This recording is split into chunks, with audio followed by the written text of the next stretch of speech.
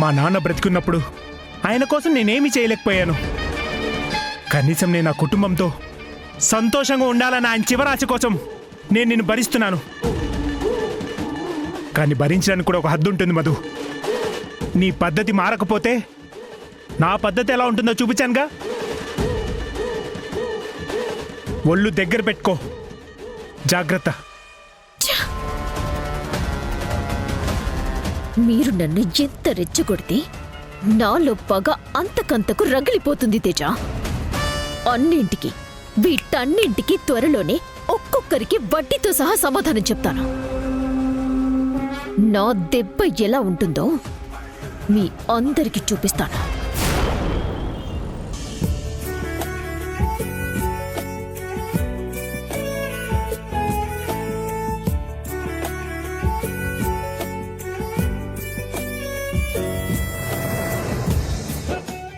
మావయ్య లేరత్తయ్యా.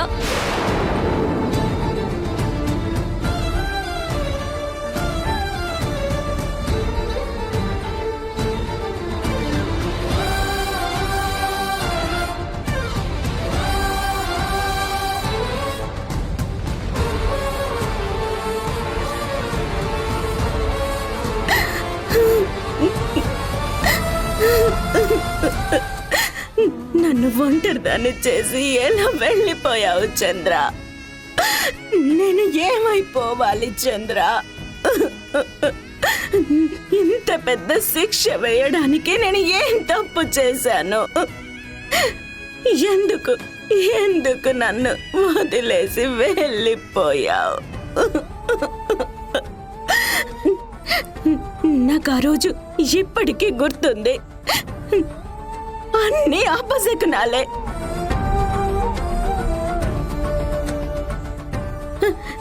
దీప మారిపోయింది. చేతిలో ఉన్న భరిణ చేయి జారిపోయింది. అప్పటికే నేను వద్దు అని చెప్పాను కదా చంద్ర.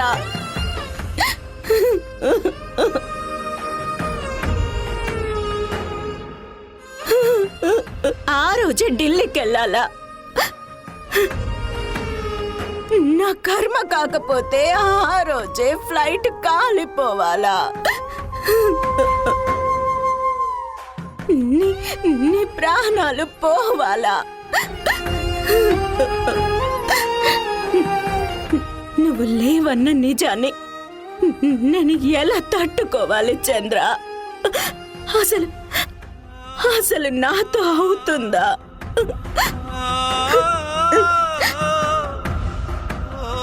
నువ్వు లేవని నేను అనుకున్న క్షణమే నేను చచ్చిపోదామనుకున్నాను చంద్ర. ఎన్ని బాధ్యతలు నా మీద పెట్టి నువ్వు వెళ్ళిపోయావు.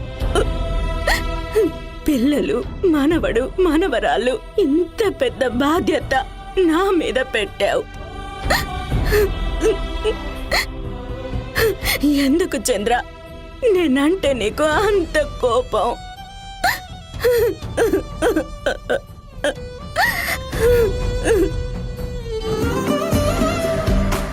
శశి, రిషి ఎక్కడికి వెళ్తున్నారు? అమ్మ మమ్మల్ని నానమ్మ దగ్గర పడుకోమంది నాన్న, అందుకే వెళ్తున్నాం.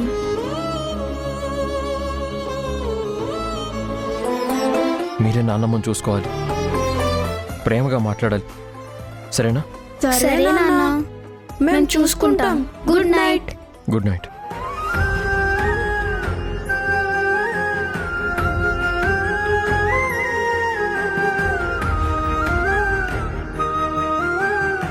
యష్, పిల్లలు అత్తయ్య దగ్గరికి వెళ్ళారా?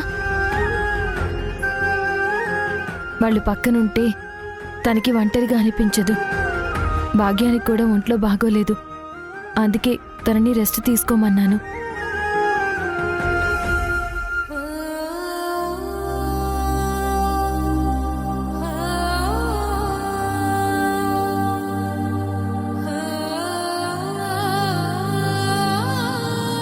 ఏమైంది యష్? ఏంటి అలా ఉన్నావు? నువ్వు నా లైఫ్లోకి రావడం నా అదృష్టం సింధు. నాకు ఏ కష్టం వచ్చినా నాకంటే ఎక్కువగా నువ్వే ఆలోచిస్తావు, నువ్వే భరిస్తావు. కానీ నేను నీ లైఫ్లోకి రావడమే నీ దురదృష్టమేమో. నా వల్ల నువ్వు ఎప్పుడు కష్టాలు పడుతూనే ఉన్నావు. ఏం మాట్లాడుతున్నావు యష్? ఇంకెప్పుడు అలా మాట్లాడుకో. నువ్వు నా పక్కనుంటే చాలు, అది కష్టమైనా నష్టమైనా. నువ్వు పక్కన లేకపోతే అదేం సంతోషం. థ్యాంక్స్ సింధు.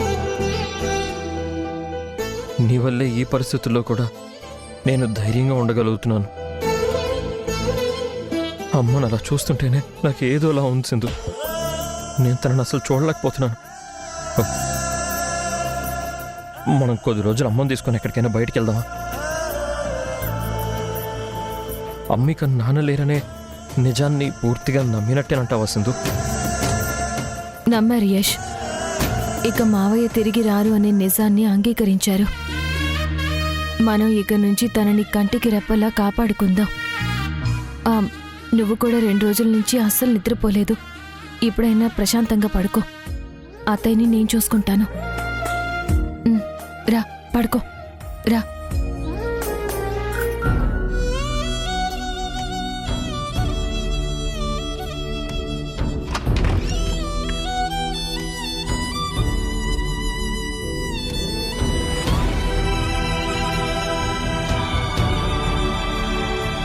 లేదు నానమ్మ, నువ్వు ఏడవకు నానమ్మ. నిన్ను చూస్తుంటే మాకు చాలా బాధగా ఉంది. అవును నానమ్మ, తాతయ్య ఎలాగో లేరు. నువ్వైనా మాకు కావాలి. మేము నీకొద్దా నానమ్మ? మా కోసమైనా నువ్వు నవ్వుతూ ఉండాలి నానమ్మ. ప్లీజ్ నానమ్మ, ప్లీజ్.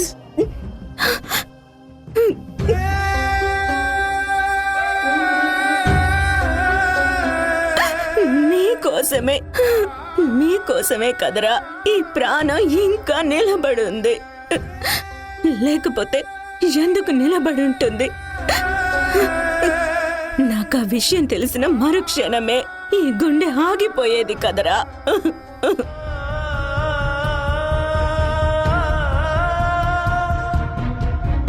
ఇక నుంచి మేము నీతోనే ఉంటాం నానమ్మ. ఎప్పుడూ నీ పక్కనే ఉంటాము, నీతోనే పడుకుంటాము. నీకే ప్రాబ్లం వచ్చినా నాకు చెప్పు. నేను నిన్ను వదలనంటే వదలను. ఇక నుంచి నా చంద్రాన్ని నీలోనే చూసుకుంటానురా, నీలోనే చూసుకుంటాను.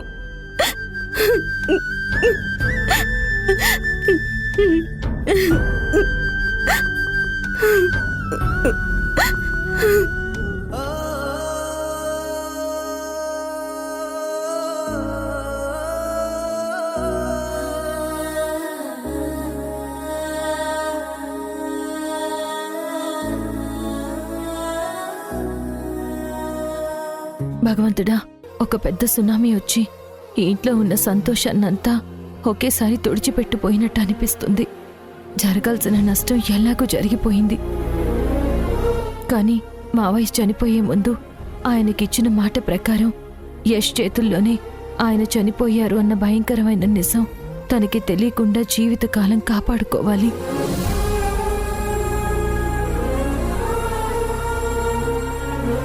అలాగే అత్తయ్య మళ్ళీ సంతోషంగా ఉండేలా చూసుకోవాలి. ఈ 2 కోరికలు తీర్చు దేవుడా. నా జీవితంలో నిన్ను నేను ఇంకేమీ అడగను.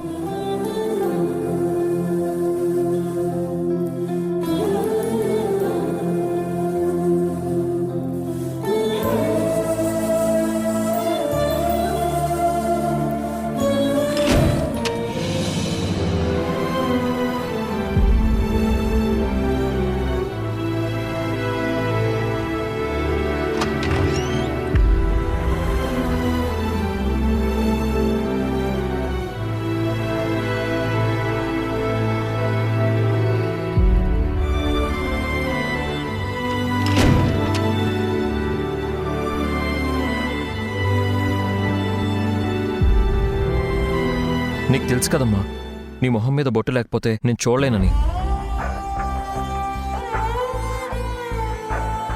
నా నుదుట కుంకుమ లేకపోతే నా మొహాన్ని నేనే చూడలేను. అలాంటిది చంద్ర వచ్చే టైం అయిపోతుంది. చంద్ర చూస్తే అస్సలు ఒప్పుకోడు.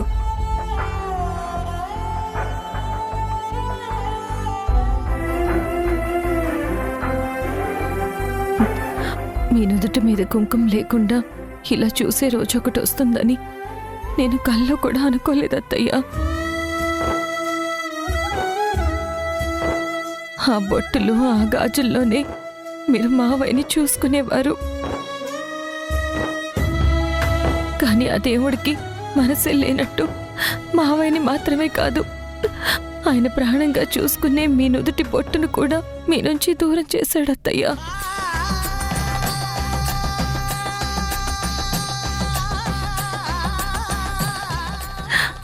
సారీ అత్తయ్య, చాలా పెద్ద తప్పు జరిగింది.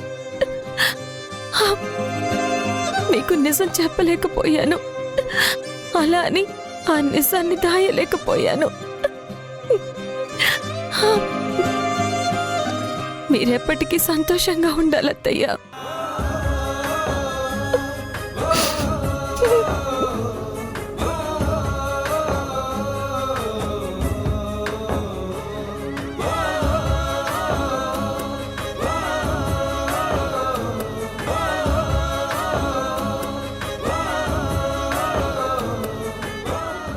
సింధు,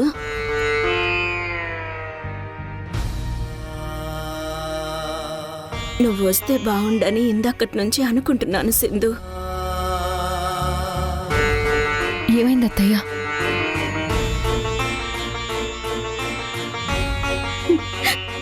నాకు ఈ గదిలో ఎటు చూసినా నాకు మీ మావయ్యే కనిపిస్తున్నారు సింధు. ఆయన లేరన్న నిజాన్ని తట్టుకోవడం నా వల్ల అస్సలు కావట్లేదు. సింధు, చంద్ర నాకు చాలా అన్యాయం చేశాడు కదా, నన్ను ఘోరంగా మోసం చేశాడు కదా. అసలు తనకి నా మీద ప్రేమే లేదు. లేదత్తయ్య, మీరలా అనకండి. మావయ్యకి మీరంటే పంచ ప్రాణాలు. ఆయన తన చివరి శ్వాస తీసుకునేటప్పుడు కూడా కేవలం మీ గురించి ఆలోచించుంటారత్తయ్య. నిజంగా నన్ను అంతగా ప్రేమించిన వాడే అయితే పోతూ పోతూ నన్ను కూడా తనతో పాటు తీసుకెళ్ళాలి కదా సింధు. అసలు మీ మావయ్య లేకుండా నేను ఇంకా ఎలా బ్రతికున్నానమ్మా? ఈ బొట్టు, ఈ చేతి గాజులు తీసేస్తే నేను ఒక్క క్షణం కూడా బ్రతకలేను సింధు. నా చంద్రకి, నా కొడుక్కి నా నుదుట బొట్టు లేకపోతే అస్సలు నచ్చదు. ఇప్పుడు నేనేం చేయాలమ్మా? నా చంద్రకి నచ్చినట్టు ఐదోతనంతో ఉండాలా, లేక సమాజం చెప్పే ఈ సాంప్రదాయాలకి తగ్గట్టు గుండె పగిలేలా ఉండాలా? నువ్వే చెప్పు సింధు. మీరు మా ఇంటి మహాలక్ష్మి అత్తయ్య. మీరెప్పుడూ కళగానే ఉండాలి. మీ మనసుని గాయపరిచే ఎలాంటి ఇబ్బందిని నేను ఇంట్లోకి రానివ్వనత్తయ్య. మీకు ఎలా ఉండాలనిపిస్తే అలా ఉండండి. ఎవరేమనుకున్నా నేను చూసుకుంటాను. మీరు ధైర్యంగా ఉండాలత్తయ్య. మీ ధైర్యమే మాకు కొండంత బలం.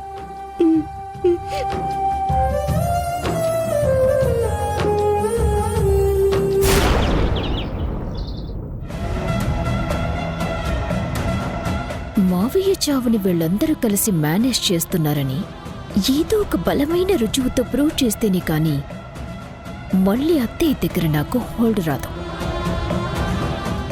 ఒకవేళ మావయ్య నిజంగానే ఫ్లైట్ యాక్సిడెంట్లో చనిపోతే గవర్నమెంట్ నుంచి కానీ ఎయిర్లైన్స్ నుంచి కానీ ఎక్స్గ్రేషియా అమౌంట్ రావాలి కదా. ఎస్, వాళ్ళ పొరపాటు వల్ల ఫ్లైట్లో ప్రయాణిస్తున్న వ్యక్తి చనిపోతే ఆ కుటుంబానికి ఆర్థిక సహాయం చేస్తారు. ఆ డబ్బు రాలేదంటే మావయ్య ఆ ఫ్లైట్లో చనిపోలేదని కదా అర్థం. సింధు, అయిపోయావి నువ్వు నా చేతిలో. రిషి శశి వెళ్ళి నానమ్మని బ్రేక్ఫాస్ట్ తినడానికి పిలవండి.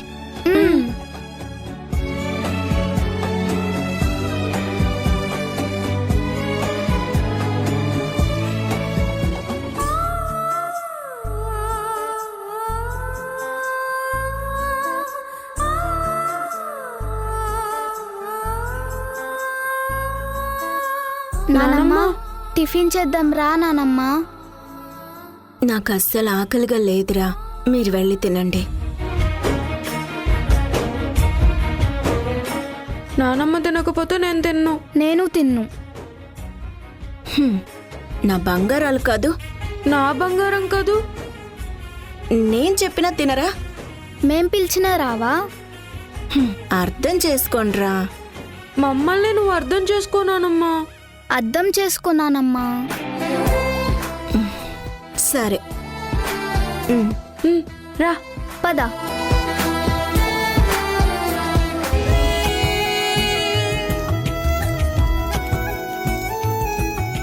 కూర్చోమ్మా.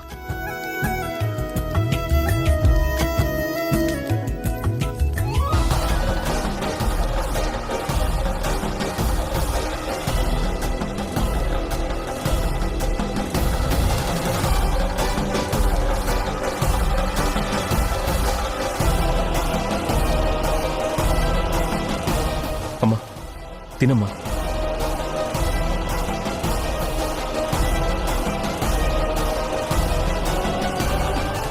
అత్తయ్య,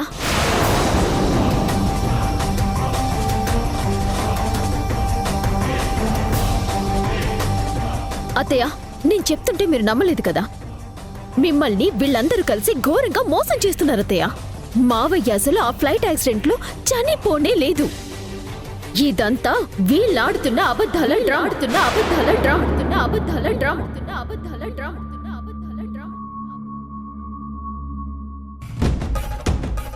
ఏయ్, నువ్వు అసలు మనిషివేనా? కనీసం దమయంతిని ప్రశాంతంగా 2 ముద్దలు కూడా తిన్నివ్వా? ఎప్పుడు ఆ గబ్బిలమ్మకు వేసుకుని గొడవలు పెట్టడమేనా నీ పని? ఆగండి అత్తయ్య. మధు, నీకెందుకు ఆ అనుమానం వచ్చింది? ఆ రోజు నిజంగానే మావయ్య ఆ ఫ్లైట్ యాక్సిడెంట్ లో చనిపోయి ఉంటే ఆ ఫ్లైట్ లో చనిపోయిన మిగతా వాళ్ళ కుటుంబాలకు ఇచ్చినట్టు మనకు కూడా గవర్నమెంట్ నుంచి ఎక్స్గ్రేషియా అమౌంట్ రావాలి కదా.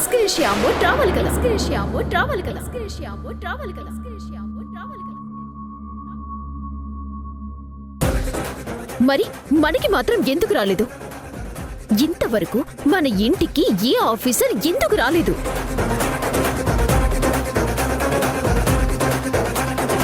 దీన్ని బట్టి చూస్తే వీళ్ళందరూ కలిసి మనల్ని మోసం చేస్తున్నట్టే కదా అత్తయ్య.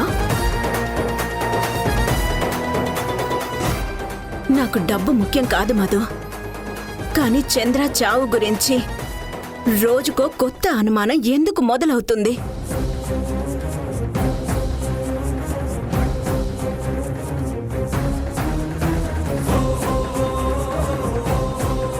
నిజం చెప్పండి, ఈ విషయంలో నన్ను మీరేమైనా మోసం చేస్తున్నారా?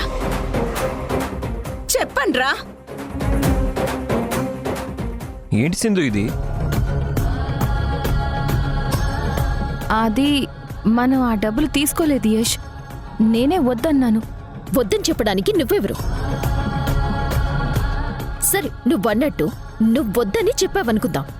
మరి అది చెప్పడానికి ఏ ఆఫీసర్ మన ఇంటికి రాలేదే? ఏయ్, మేమంతా ఇక్కడ మా నాన్న పోయిన బాధలో ఏడుస్తూ ఉంటే నువ్వేంటి డబ్బు రాలేదని కక్కుర్తి పడుతున్నావా?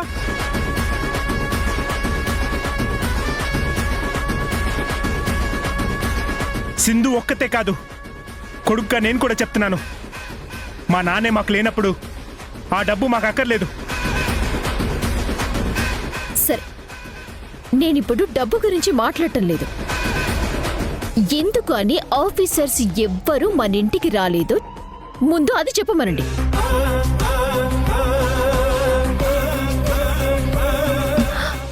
ఆఫీసర్స్ ఎవరైనా ఇంటికొస్తే మావయ్య చావు గురించి అత్తయ్యకి తెలిసిపోతుంది కదా మధు. అత్తయ్య ప్రాణాలకే ప్రమాదమని డాక్టర్ చెప్పారు కాబట్టి ఆ ఎక్స్గ్రేషియా వద్దని ఆఫీసర్స్ ఎవరూ ఇంటికి రావద్దు అని నేనే స్వయంగా వాళ్ళకి చెప్పి ఆపాను.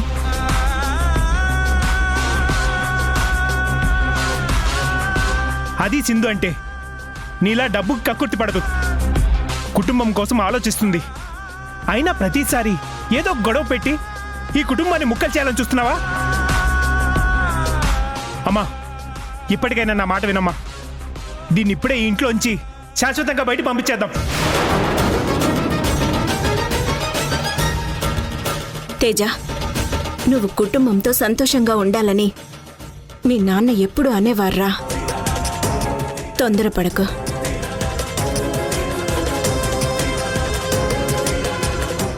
మధు, ప్రతిసారి నా దగ్గరకొచ్చి సింధు ఏదో నిజం దాస్తోందని మాట్లాడుతున్నావు. ఒకవేళ సింధు నిజం దాచిందనే అనుకుందాం, మరి అత్తయ్య కూడా నిజం దాస్తారా? నా ఇద్దరు కొడుకులు దాస్తారా?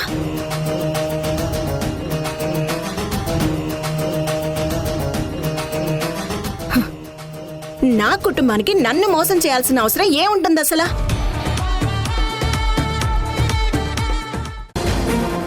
యష్, తేజ, సింధు, అందరూ కిందకి రండి. మీ నాన్న చనిపోతే ఇన్ని రోజులు నేను ఎవరితో మాట్లాడాను? మీరే కాల్ చేసి అడగండి.